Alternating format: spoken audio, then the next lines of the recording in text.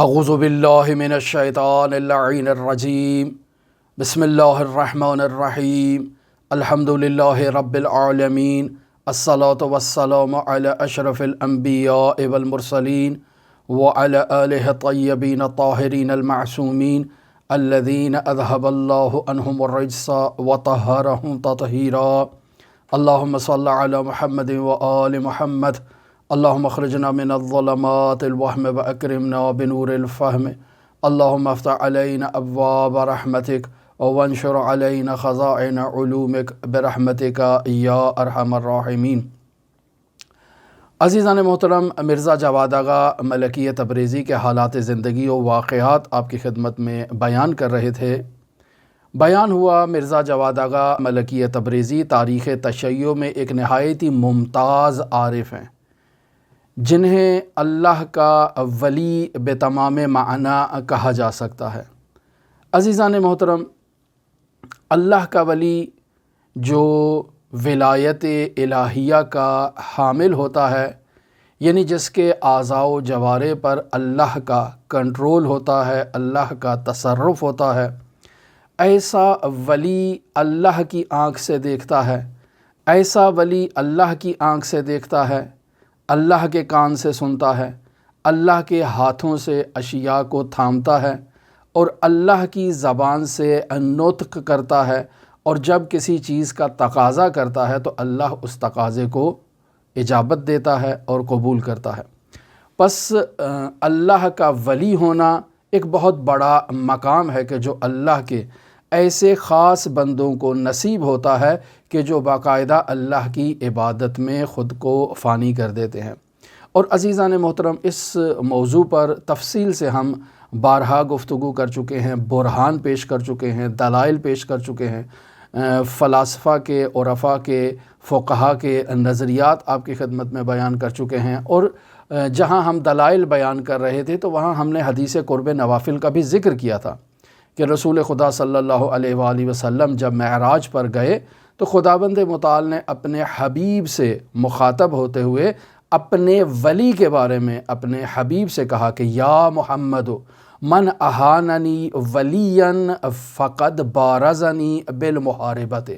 اے محمد، جس نے میرے ولی کی احانت کی ہے، میرے ولی کی توہین کی ہے، اس نے گویا کہ مجھے جو ہے وہ مبارزے کے لیے اور جنگ کے لیے مجھے پکارا ہے۔ یعنی جو میرے ولی کی احانت کرے گا گویا کہ اس نے مجھے جنگ کے لیے اپنے سامنے طلب کیا ہے، اور وہ گویا کہ مجھ سے جنگ کر رہا ہے۔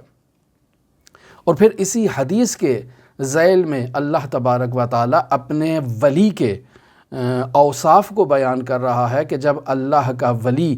ولایت الہیہ کا حامل ہو جاتا ہے تو اس کے اوپر کیا اثر ہوتا ہے اس ولایت الہیہ کا۔ تو اللہ تبارک و تعالی رسول خدا کو ارشاد فرما رہا ہے فَإِذَا أَحْبَبْتُهُ، جب میں اپنے اس ولی سے محبت کرتا ہوں، كُنْتُ إِذًا سَمْعَهُ، تو اس حالت میں میں اپنے اس ولی کی سماعت ہو جاتا ہوں۔ یعنی یہ اب ولی خود اپنے کان سے نہیں سن رہا، بلکہ اب وہ چیزیں سن رہا ہے جو میں اسے سنانا چاہتا ہوں۔ الذی یسمع بہ، یعنی اب اس کا کان میں ہوں، وہ بات سنے گا جو میں اسے سنانا چاہتا ہوں۔ وبصرہ، یعنی کنت بصرہ، میں اب اس کی آنکھ ہوں۔ الذی یبصر بہ، کہ جس آنکھ سے یہ ولی اب مشاہدہ کرتا ہے۔ ولسانہ، اب اس ولی کی زبان اپنی زبان نہیں ہے بلکہ اب اس کی زبان میں بن چکا ہوں، یعنی کنت لسانہ الذی ینطق بہ، کہ جس زبان سے یہ ولی جو ہے وہ گفتگو کرتا ہے۔ ویدہ، یعنی کنت یدہ، اب اس کا ہاتھ اس کا اپنا ہاتھ نہیں رہا بلکہ اب اس کا ہاتھ میرا ہاتھ ہو چکا ہے۔ الذی یبطش بہا، کہ جس ہاتھ سے یہ اشیاء کو تھامتا ہے۔ ان دعانی، اب اس حالت میں جب میرا ولی مجھ سے دعا کرتا ہے، اجبتہ، تو میں اس کی دعا کو اجابت کرتا ہوں۔ وان سألنی، اور اگر یہ میرا ولی مجھ سے سوال کرتا ہے تو اعطیتہ، تو میں اس کو جواب دیتا ہوں اور اس کو عطا کر دیتا ہوں۔ عزیزان محترم، ایسے ہی تو نہیں ہے کہ اولیاء الہی دیوار کے پیچھے ہونے ہونے والے واقعات کو مشاہدہ کرتے ہیں اور ان کے بارے میں خبر دیتے ہیں، وہ چیزیں سنتے ہیں کہ جو عام افراد سننے سے عاجز ہیں، یعنی وحوش کی آوازیں سنتے ہیں، وہ ملائکہ کی آوازیں سنتے ہیں، وہ نامرئی مخلوقات کی آوازیں سنتے ہیں۔ یہ اللہ کا ولی ہے، کوئی معمولی انسان نہیں ہے، یہ اللہ کی زبان سے گفتگو کرتا ہے، یہ اللہ کی زبان سے دعا کرتا ہے تو اللہ اس کی دعا کو اجابت کرتا ہے۔ لہٰذا بس اوقات بعض افراد اولیاء الہی کے بارے میں جب واقعات بیان ہوتے ہیں تو تردید کا شکار ہوتے ہیں۔ ہرگز عزیزان محترم تردید نہیں کرنی چاہیے۔ اللہ تبارک و تعالیٰ کی عبادت کے نتیجے میں، اللہ تبارک و تعالیٰ کی معرفت کے نتیجے میں اور معرفت نورانیہ کے نتیجے میں اللہ تبارک و تعالیٰ کا انسان ولی بن جاتا ہے۔ لہٰذا مرزا جواد آغا ملکی تبریزی بے تمام معنی اللہ کے ولی تھے۔ آیت اللہ فاطمینیہ سے یہ واقعہ نقل ہوتا ہے کہ مرزا جواد آغا ملکی تبریزی کی یہ روش ہوا کرتی تھی کہ وہ ہر سال محرم الحرام کے دوران عشرہ محرم میں ہر سال مجالس عزا کا انعقاد کیا کرتے تھے اور اس کے لیے باقاعدہ دسترخوان بچھایا کرتے تھے۔ عزیزان محترم، مجالس عزا کو منعقد کرنا یہ ہمارے عرفاء کی اور ہمارے علماء کی روش ہے۔ افسوس کہ یہ روش ہمارے جو ہے وہ پاکستان اور ہندوستان میں منتقل نہیں ہوئی۔ نہایت ہی محدود پیمانے پر ہمارے علماء جو ہیں وہ مجالس عزا کے بانی قرار پاتے ہیں، وگرنہ آپ حوزہ علمیہ میں دیکھ لیں تو ہمارے تمام فقہاء عرفاء باقاعدہ مجالس عزا کے بانی قرار پاتے ہیں۔ لہٰذا ہر انسان اپنی توان اور اپنی استعداد کے مطابق جو ہے وہ مجالس عزا کا انعقاد کرتا ہے۔ مرحوم مرزا علی آغا قاضی طباطبائی مجالس عزا کا انعقاد کیا کرتے تھے تو خود اس دروازے پر بیٹھتے تھے جہاں سے امام حسین کے مہمان نے آنا ہے اور کھڑے ہو کر اس کا استقبال کیا کرتے تھے، اس کے جوتے سیدھے کر کے خود رکھا کرتے تھے اور کسی کو اس بات کی اجازت نہیں دیتے تھے، اور پھر خود چائے نکال کر اس کو پیش کیا کرتے تھے۔ یہ ایک ایرانیوں کے ہاں رسم ہوتی ہے کہ وہ مجالس عزا میں باقاعدہ چائے پیش کیے کرتے ہیں اور مہمان جو آتا ہے اسے چائے پلائی جاتی ہے۔ لہٰذا یہ تمام امور مرزا علی قاضی خود انجام دیا کرتے تھے، اور آیت اللہ مرزا جواد آغا ملکی تبریزی کی بھی یہ روش تھی کہ وہ مجالس عزا منعقد کرتے تھے، لیکن ایک دن جو ہے وہ باقاعدہ مجلس عزا میں نیاز کا اہتمام کیا کرتے تھے۔ یہاں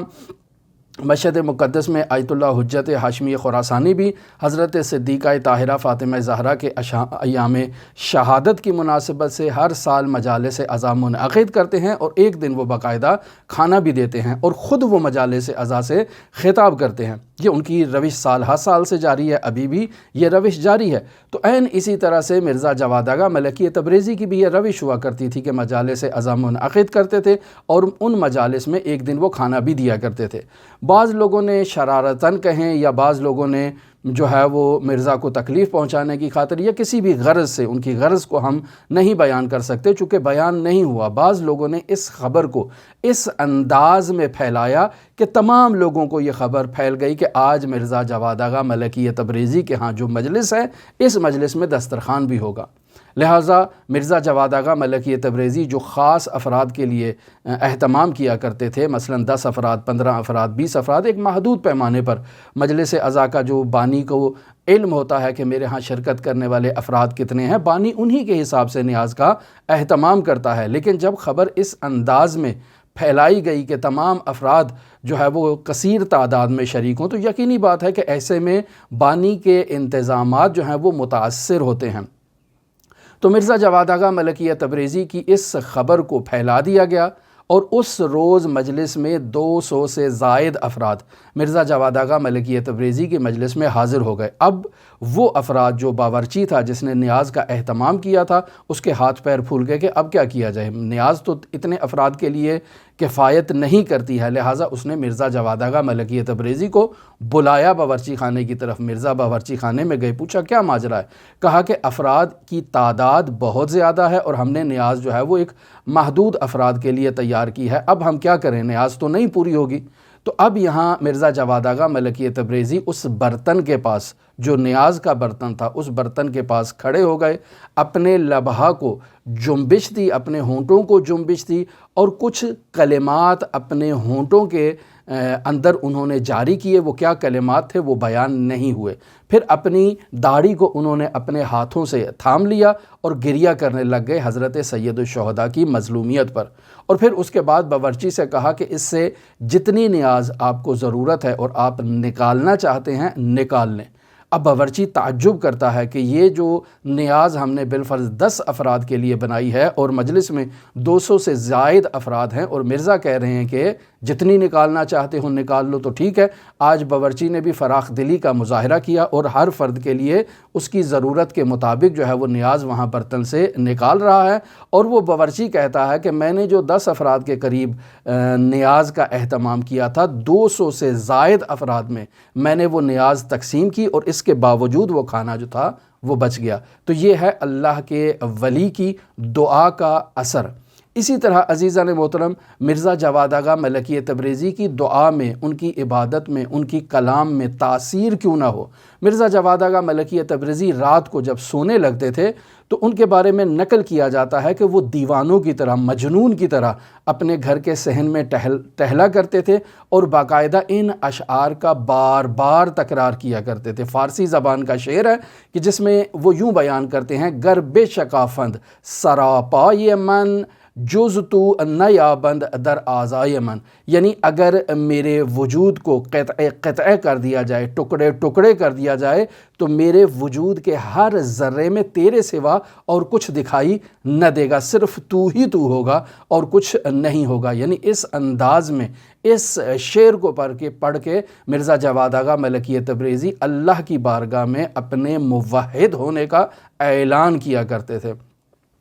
اسی طرح مرزا جواد آغا ملکی تبریزی کے بارے میں نقل ہے کہ رجب، شعبان، رمضان کے جو مہینوں میں وہ مسلسل روزہ رکھا کرتے تھے، اور جب وہ نماز مستحب انجام دیا کرتے تھے تو قنوت میں بھی وہ فارسی زبان کا ایک شعر ہے جسے مسلسل تکرار کیا کرتے تھے۔ اور مرزا جواد آغا ملکی تبریزی کی اب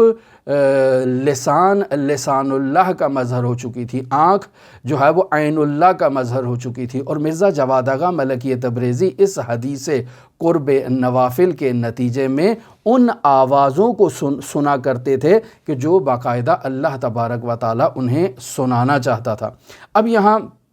مرزا جواد آغا ملکی تبریزی خود اپنی کتاب اسرار الصلاۃ میں اس نقطے کو بیان کرتے ہیں اور کہتے ہیں کہ میں اللہ کو گواہ بنا کر کہتا ہوں کہ میں ایسے تہجد گزاروں کو جانتا ہوں کہ جنہیں تہجد کے لیے فرشتہ بیدار کرتا ہے، اور وہ فرشتے کی آواز سن کے بیدار ہو جاتے ہیں۔ یعنی فرشتہ انہیں کہتا ہے آغا، اور وہ یہ کلمہ سن کے بیدار ہو جاتے ہیں اور نماز تہجد کے لیے اہتمام کرتے ہیں۔ اور ہم یہ تفصیل سے بیان کر چکے کہ مرزا جواد آغا ملکی تبریزی کی تہجد کے وقت، بیدار ہوتے وقت، اور باقی جو وضو کرتے وقت، صحن کے اندر جاتے وقت کیا کیفیت ہوا کرتی تھی، ابھی پھر آپ کی خدمت میں بیان کرتا ہوں۔ تو اب یہاں علماء کہتے ہیں کہ اسرار الصلاۃ میں مرزا جواد آغا ملکی تبریزی نے یہ جملہ جو کہا ہے کہ میں اللہ کو گواہ بنا کر کہتا ہوں کہ میں ایسے افراد کو جانتا ہوں، تو یہاں علماء کہتے ہیں کہ یہ مرزا جواد آغا ملکی تبریزی نے خود اپنے بارے میں الفاظ